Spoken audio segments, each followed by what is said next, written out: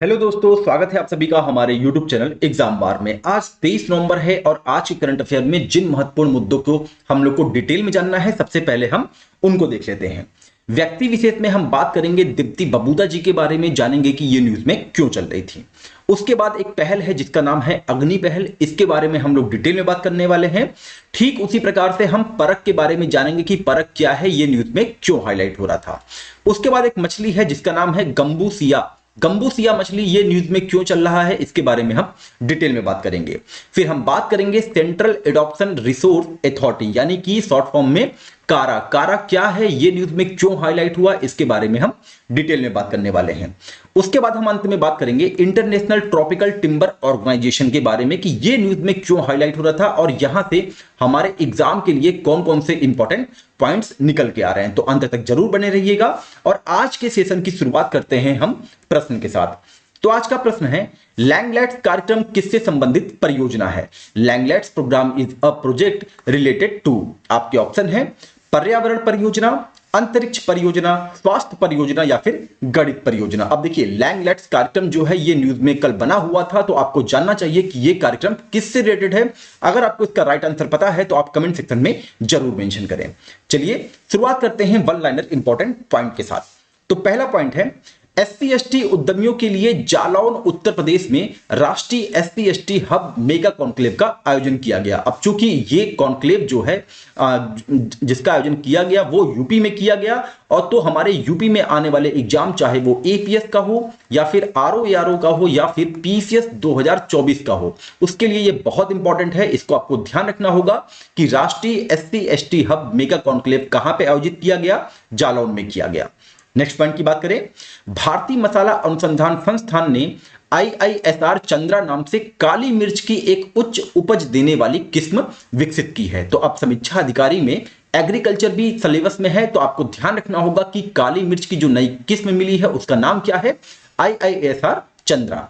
Next point की बात करें, सर्वे ऑफ इंडिया ने कई शहरों के त्रिआयामी यानी कि 3D डिजिटल ट्विंस मानचित्र तैयार करने के लिए मुंबई स्थित निजी कंपनी जेनेसिस इंटरनेशनल के साथ एक समझौता ज्ञापन पर हस्ताक्षर किया है। नेक्स्ट पॉइंट की बात करें, अखिल भारतीय फुटबॉल महासंघ और उड़ीसा सरकार ने फीफा के सहयोग से अखिल भारतीय फुटबॉल महासंघ फीफा टैलेंट अकादमी की स्थापना के लिए समझौता ज्ञापन पर हस्ताक्षर किया है। आगे बढ़ते हैं, बात करते हैं नेक्स्ट पॉइंट की। गुजरात सरकार ने घोल मछली को स्टेट फिश यानी कि राज्य मछली के तौर पर चुना है। घोल मछली को गोल्ड फिश भी कहा जाता है। इस मछली को सोने की दिल वाली मछली भी कहते हैं।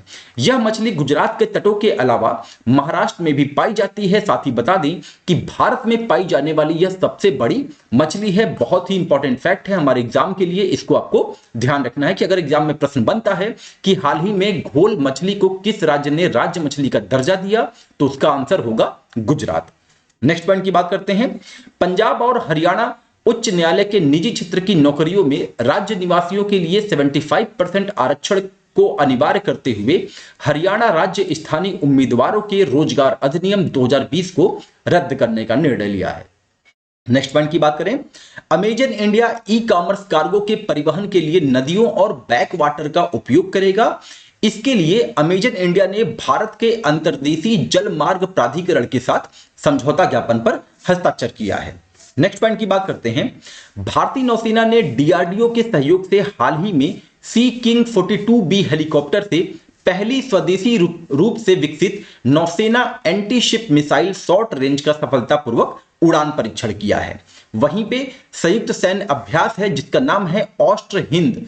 ऑस्ट्र हिंद 2023 के दूसरे संस्करण में भाग लेने के लिए 81 कर्मियों का भारतीय सशस्त्र बल का दस्ता ऑस्ट्रेलिया के लिए रवाना हो गया है।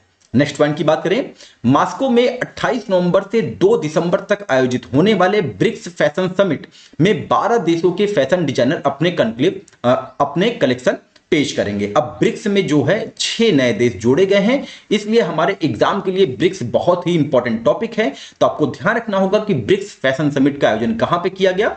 मॉस्को में किया गया। आगे बढ़ते हैं, बात करते हैं नेक्स्ट पॉइंट की। आसियान भारत के पोषक अनाज महोत्सव 2023 का आयोजन इंडोनेशिया के दक्षिण जकार्ता में किया गया। लैंगलेट्स कार्यक्रम, यहीं पे आज के प्रश्न का आंसर भी है इस पॉइंट पे। लैंगलेट्स कार्यक्रम दुनिया की सबसे बड़ी गणित परियोजना है। गणित के विभिन्न क्षेत्रों के बीच संबंधों का एक सुंदर जटिल सेट यह प्रदान करती है जो पुरानी समस्याओं के नए समाधान की ओर इशारा करती है। अब ये न्यूज में हाईलाइट हो रहा था, तो आपको ध्यान देना है लैंगलेट्स कार्यक्रम किससे रिलेटेड है, ये एक गणित की परियोजना है। नेक्स्ट पॉइंट की बात करते हैं। संयुक्त अरब अमीरात ने हाल ही में एक ही स्थान पर दुनिया के सबसे बड़े सौर विद्युत संयंत्र का उद्घाटन किया है। संयुक्त राष्ट्र जलवायु परिवर्तन सम्मेलन COP21 से पहले इसकी शुरुआत की गई है। उत्तर कोरिया ने हाल ही में दावा किया है कि उसने अपना पहला सैन्य जासूसी उपग्रह जिसका नाम है मल्लीग योंग 1 सफलतापूर्वक कक्षा में स्थापित किया है। तो हमारे एग्जाम के लिए इंपॉर्टेंट होगा, अगर एग्जाम में प्रश्न आता है कि मल्लीग योंग 1 उपग्रह किस देश से संबंधित है, तो उसका आंसर होगा उत्तर कोरिया। इसको आपको ध्यान रखना है। आगे बढ़ते हैं, बात करते हैं नेक्स्ट पॉइंट की। इजराइल के मंत्रिमंडल ने हमास के साथ 4 दिन के संघर्ष विराम के समझौते को मंजूरी दे दी है, जिससे युद्धग्रस्त गाजा में अस्थायी रूप से हमले रुक जाएंगे। और इस समझौते के तहत हमास गाजा पट्टी में बंधक बनाकर रखे गए करीब 240 बंधकों में से 50 को रिहा करेगा। और साथ ही इजराइल ने कहा है कि वह प्रत्येक 10 अतिरिक्त बंधकों को रिहा करने पर संघर्ष विराम की अवधि को 1 दिन और बढ़ाने के लिए तैयार है। नेक्स्ट पॉइंट की बात करें, इजराइल ने लश्कर तैयबा को आतंकवादी संगठनों की सूची में शामिल किया है। मुंबई में 26 नवंबर 2008 को हुए आतंकी हमलों के 15 वर्ष पूरे होने वाले हैं और ऐसे समय में इजराइल दूतावास ने बयान जारी करके कहा है कि इजराइल ने यह कदम स्वयं उठाया है, न कि भारत सरकार के किसी अनुरोध पर। नेक्स्ट पॉइंट की बात करते हैं। थाईलैंड की कैबिनेट ने समलैंगिक विवाह बिल को मंजूरी दे दी है और अगर जिसपे जो है 12 दिसंबर को बहस की जाएगी, विचार किया जाएगा। और अगर यह मसौदा पास हो जाता है तो थाईलैंड समलैंगिक विवाह को वैध बनाने वाला दक्षिण पूर्व एशिया का पहला देश बन जाएगा। आगे बढ़ते हैं, बात करते हैं नेक्स्ट पॉइंट की। तमिल लेखक जिनका नाम है पेरुमल मुरुगन का एक उपन्यास है, उसका नाम है फायरबर्ड, जिसका जन्नी कन्नन द्वारा अंग्रेजी में कुशलतापूर्वक अनुवाद किया गया। इसको जो है साहित्य के लिए जेसीबी पुरस्कार 2023 से सम्मानित किया गया है। नेक्स्ट पॉइंट की बात करें, क्षय रोग मुक्त भारत अभियान की ब्रांड एम्बेसडर दीपा मलिक ने कहा है कि क्षय रोग मुक्त राष्ट्र बनाने के लिए कम से कम एक क्षय रोगी को निक्षय मित्र बनने का संकल्प लेना होगा। तो यहां पे आपका रिवीजन हो रहा है कि क्षय रोग मुक्त भारत अभियान की ब्रांड एम्बेसडर कौन है, दीपा मलिक हैं, इसको आपको ध्यान रखना है। आगे बढ़ते हैं, बात करते हैं खेल समसामयिकी से वन लाइनर इंपॉर्टेंट पॉइंट कौन कौन से हैं। तो आईसीसी से कुछ न्यूज है, वो है कि आईसीसी द्वारा हाल ही में जारी किए गए वनडे रैंकिंग में क्रिकेट बल्लेबाजी रैंकिंग में विराट कोहली तीसरे स्थान पे पहुंच गए हैं, वहीं शुभमन गिल शीर्ष पर बने हुए हैं और रोहित शर्मा चौथे स्थान पे हैं।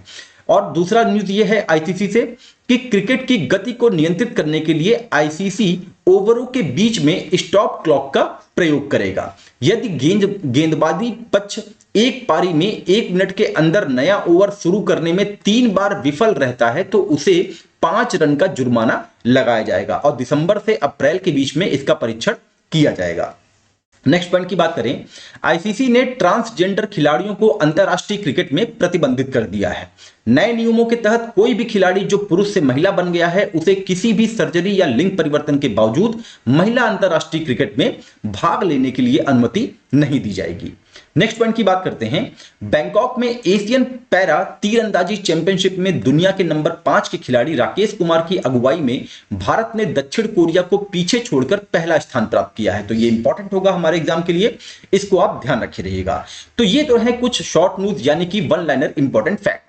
अगर ये एग्जाम के पॉइंट ऑफ व्यू से इंपॉर्टेंट लग रहा है तो आप हमारे चैनल को अपने दोस्तों के बीच में जरूर शेयर करें।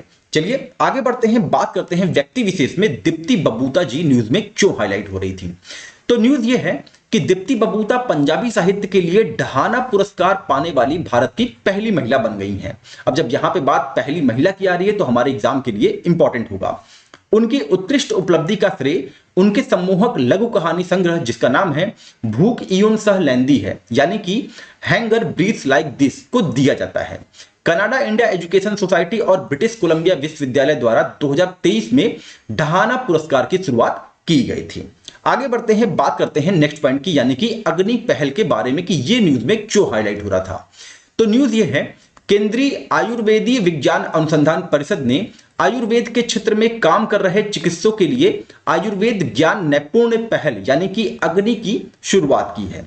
इसका उद्देश्य आयुर्वेद चिकित्सकों के बीच साक्ष्य आधारित अभ्यास की संस्कृति को बढ़ावा देने के साथ साथ रोग से संबंधित विभिन्न स्थितियों में अपनी नवीन प्रथाओं और अनुभव के बारे में बताने के लिए आयुर्वेद चिकित्सकों को एक मंच प्रदान करना है। साथ ही बता दें कि आयुष मंत्रालय के अंतर्गत केंद्रीय आयुर्वेदीय विज्ञान अनुसंधान परिषद एक शीर्ष अनुसंधान संगठन है जो आयुर्वेद में वैज्ञानिक आधार पर अनुसंधान करने, उसके लिए समन्वय सूत्रबद्ध करने, विकास और बढ़ावा देने के लिए प्रतिबद्ध है। आगे बढ़ते हैं, बात करते हैं नेक्स्ट टॉपिक का, जिसका नाम है परख। अब ये परख न्यूज में क्यों था? तो न्यूज ये है कि परख द्वारा राज्य शैक्षिक उपलब्ध सर्वेक्षण मूलभूत, प्रारंभिक और बद्ध चरणों के अंत में दक्षताओं के विकास में आधारभूत प्रदर्शन को समझने के लिए आयोजित किया गया था, जिसका सफल समापन हुआ है। अब इसके बारे में डिटेल में बात कर लेते हैं। प्रदर्शन मूल्यांकन समीक्षा एवं समग्र विकास के लिए ज्ञान का विश्लेषण, ये फुल फॉर्म है परख का, जिसको हम इंग्लिश में बोलेंगे performance assessment review and analysis of knowledge for holistic development, इसी को हम शॉर्ट फॉर्म में परख बोलते हैं। भारत का पहला राष्ट्रीय मूल्यांकन नियामक है। परख की स्थापना 2020 में राष्ट्रीय शिक्षा नीति के अनुरूप एक मानक निर्धारण निकाय के रूप में की गई थी। इसको आपको ध्यान रखना है, एग्जाम के पॉइंट ऑफ व्यू से ये इंपॉर्टेंट है। यह सभी राष्ट्रीय स्तर पर मान्यता प्राप्त शैक्षिक बोर्डों के लिए एक छात्र मूल्यांकन और मूल्यांकन के लिए मानक और मानदंड तैयार करता है। इसका उद्देश्य विभिन्न राज्य बोर्डों में नामांकित छात्रों के अंकों में असमानताओं को दूर करने में मदद करना है। तो परख क्या है? परख एक जो है छात्र मूल्यांकन और मूल्यांकन के लिए मानक और मानदंड तैयार करने के लिए एक नियामक है। इसको आपको ध्यान रखना है, जिसकी स्थापना वर्ष 2020 में की गई थी। आगे बढ़ते हैं, बात करते हैं सेंट्रल एडॉप्शन रिसोर्स अथॉरिटी कारा न्यूज में क्यों बना हुआ है। तो न्यूज यह है कि न्यायालय ने आदेश दिया है कि राज्यों और केंद्र शासित प्रदेशों को स्थानों में अनाथ पर्याप्त आत्मसमर्पित श्रेणी के बच्चों की पहचान करने के लिए द्विमासिक अभियान शुरू करना चाहिए। अब बात कर लेते हैं कि कारा क्या है। कारा महिला और बाल विकास मंत्रालय का एक सांविधिक निकाय है जो गोद लेने वाली संबंधी मामलों की निजी नोडल एजेंसी है। यह अनाथ बच्चों को गोद लेने की प्रक्रिया अपनी संबद्ध या मान्यता प्राप्त एजेंसियों के माध्यम से विनियमित करता है। अंतर्देशीय दत्तक ग्रहण पर हेग कन्वेंशन हुआ था, जो कि 1993 में हुआ था, के प्रावधानों के अनुसार अंतर्देशीय दत्तक ग्रहण के लिए कारा भारत में नामित प्राधिकरण है। भारत ने 2003 में इस सम्मेलन की यानी कि हेग सम्मेलन 1993 की पुष्टि की थी। आगे बात करते हैं, कारा को किशोर न्याय अधिनियम 2015 के प्रावधानों के तहत 15 जनवरी 2016 को एक सांविधिक निकाय के रूप में नामित किया गया था। तो एग्जाम में प्रश्न आ सकता है कि कारा कौन सा निकाय है, तो आपको ध्यान रखना होगा सांविधिक निकाय है, जिसे 15 जनवरी 2016 को नामित किया गया था। अब बात कर लेते हैं हेग कन्वेंशन के बारे में। तो अंतरराष्ट्रीय बाल अपहरण नागरिक पहलुओं पर हेग कन्वेंशन 1 दिसंबर 1983 को स्थापित एक बहुपक्षीय संधि है। यह अंतरराष्ट्रीय समझौता उस बच्चे की शीघ्र वापसी की सुविधा के लिए बनाया गया है जिसे उसके अभ्यस्त निवास से दूर ले जाया गया है। साथ ही बता दें कि कन्वेंशन के प्रावधान विशेष रूप से 16 वर्ष से कम उम्र के बच्चों से संबंधित है। इसको भी आपको ध्यान रखना है। अब आगे बात करते हैं नेक्स्ट टॉपिक की, यानी कि गंबूसिया मछली ये न्यूज में क्यों चल रही थी। तो न्यूज ये है कि आंध्र प्रदेश, उड़ीसा और पंजाब के विभिन्न सरकारी और गैर सरकारी संगठनों ने मच्छरों की समस्या से निपटने के लिए स्थानीय जल निकायों में गंबूसिया मछली छोड़ी है। मच्छरों की समस्या यानी कि मलेरिया से निपटने के लिए। अब गंबूसिया क्या है? गंबूसिया को मॉस्किटोफिस के नाम से जाना जाता है और इसका उपयोग मच्छरों के लार्वा को नियंत्रित करने के लिए जैविक एजेंट के रूप में व्यापक रूप से किया जाता है। इसको आपको ध्यान रखना होगा, एग्जाम के पॉइंट ऑफ व्यू से ये इंपॉर्टेंट फैक्ट है। International union for conservation of nature ने गंबूसिया को दुनिया की 100 सबसे खराब आक्रामक विदेशी प्रजातियों में से एक घोषित किया है। साथ ही बता दें कि मलेरिया जो है वो प्लाज्मोडियम परजीवी के कारण होने वाली बीमारी है। ये साइंस के पॉइंट ऑफ व्यू से बहुत ही इंपॉर्टेंट फैक्ट है, इसको आपको ध्यान रखना है। अब आगे बढ़ते हैं, बात करते हैं इंटरनेशनल ट्रॉपिकल टिम्बर ऑर्गेनाइजेशन ये न्यूज में क्यों बना हुआ था। तो न्यूज यह है कि अपनी 59वीं इंटरनेशनल ट्रॉपिकल टिम्बर काउंसिल 2023 में पटाया थाईलैंड में आयोजित की गई। यह इंटरनेशनल ट्रॉपिकल टिम्बर ऑर्गेनाइजेशन का एक शासी निकाय है। इसका उद्देश्य टिकाऊ उष्णकटिबंधीय वन प्रबंधन और स्थायी रूप से उत्पादित उष्णकटिबंधीय लकड़ी के व्यापार को बढ़ावा देना है। आगे बात करते हैं और डिटेल में। आईटीटीओ वर्ष 2006 में आधारित एक अंतर सरकारी संगठन है जो 2011 में लागू हुआ। यानी कि अगर एग्जाम में प्रश्न आता है कि इंटरनेशनल ट्रॉपिकल टिम्बर ऑर्गेनाइजेशन कब लागू हुआ, तो 2011 में लागू हुआ। इसको आपको ध्यान रखना है। और साथ ही इसका जो मुख्यालय है वो जापान के योकोहामा में है, इसको भी आपको ध्यान रखना है। आईटीटीओ में भारत और यूरोपीय संघ सहित कुल 75 सदस्य शामिल हैं, इसको भी आपको ध्यान रखना है। अब आगे हम बात कर लेते हैं सदस्यों के बारे में। तो अफ्रीका के 14 सदस्य हैं जो कि प्रोड्यूसिंग कंट्री के रूप में आते हैं आईटीटीओ में, और एशिया और पैसिफिक में 10 कंट्री हैं जिसमें इंडिया भी शामिल है। वहीं पे प्रोड्यूसिंग कंट्री में लैटिन अमेरिका में 13 हैं। अब कंज्यूमिंग की बात कर लेते हैं। कंज्यूमिंग में आप देख रहे हैं कि यूरोपीय यूनियन के कुल 27 देश शामिल हैं। ठीक है, तो ये तो रहा आज का करंट अफेयर। अगर ये एग्जाम के पॉइंट ऑफ व्यू से आपको इंपॉर्टेंट लग रहा है तो हमारे चैनल को आप अपने दोस्तों के बीच में जरूर शेयर करें। चलिए मिलते हैं अपने अगले टॉपिक के साथ, तब तक के लिए अपना ध्यान रखिए। नमस्कार, जय हिंद, जय भारत।